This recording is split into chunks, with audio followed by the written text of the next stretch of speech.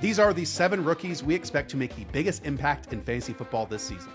7. Travis Hunter. He's going to play on offense this year. And the plays that he's not out there on offense, probably rush attempts where he's not going to be that involved. He's perfect in the screen game, and I think that he's a perfect fit with Liam Cohen. Every single statement that the staff has made, those close to the team have said, are saying that he is going to, on offense, be a full-time player there and then minor on defense. 6.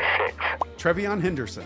He might have the most instant impact of any skill position player on the New England Patriots outside of Drake May in week 1 in terms of explosives, in terms of changing the game. Just for fantasy, it just comes down to who's scoring the touchdowns. I think that Trevion's going to have to score them from 10 yards out, but we all know that he's capable of doing that. 5. Teteroa McMillan. He's been running with the ones. He's going to be the extra receiver. They got rid of Adam Thielen. It's him versus Xavier Legette and Jalen Coker, and Teteroa McMillan is just a much better, well-rounded wide receiver. And perfectly fits with where Bryce Young wins. Breaking routes, downfield routes, hole shots, all that type of stuff.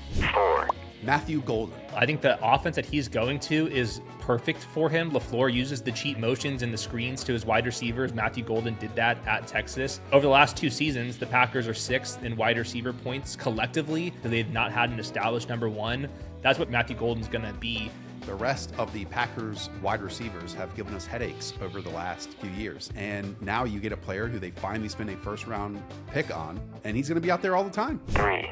Omarion Hampton. The history of Greg Roman is multiple running backs in the system, but Omarion Hampton, his whole history has been a top dog catching passes. He's got the size to be the goal line back as well. So I do think Hampton's going to be a kind of mini bell cow, just while we figure out exactly how much they're going to use Najee Harris. Look, a year ago, people were so concerned that this offense was not going to throw the football, and now you get the guy that they spent a first-round pick on to just run the football over and over. 2. Emeka Egbuka. Is this not the most pristine run out that Emeka Egbuka could have had? Like, you're going to a good offense that utilizes their wide receivers in the exact ways that Emeka Egbuka played like at Ohio State. At the very least, we're getting Emeka Egbuka as a 2 wide receiver set starter in the opening 4 weeks. And that might be 6 weeks, that might be 8 weeks, and it's also a team that's going to, again, specialize in 3 wide receiver sets, 11 personnel.